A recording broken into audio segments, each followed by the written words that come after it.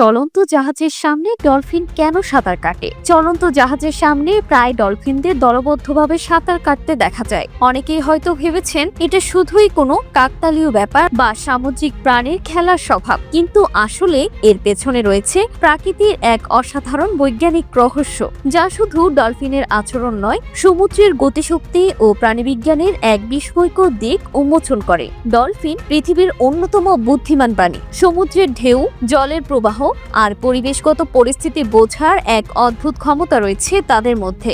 জাহাজ যখন সমুদ্র পাড়ি দেয়, তখন এর বিশালাকার গতি জলের মধ্যে তৈরি করে শক্তিশালী তরঙ্গ বা চাপের ঢেউ। এই ঢেউ জাহাজের সামনে ও দুই পাশে পানির স্তরে এক ধরনের প্রবাহ সৃষ্টি করে, যা ডলফিনের জন্য হয়ে ওঠে এক প্রাকৃতিক রাইডিং ট্র্যাক। সহজভাবে বললে, ডলফিনরা জাহাজের সৃষ্ট তরঙ্গকে ব্যবহার করে খুব কম শক্তি খরচ করে দ্রুত সাঁতার কাটতে পারে, ঠিক যেমন কোনো মানুষ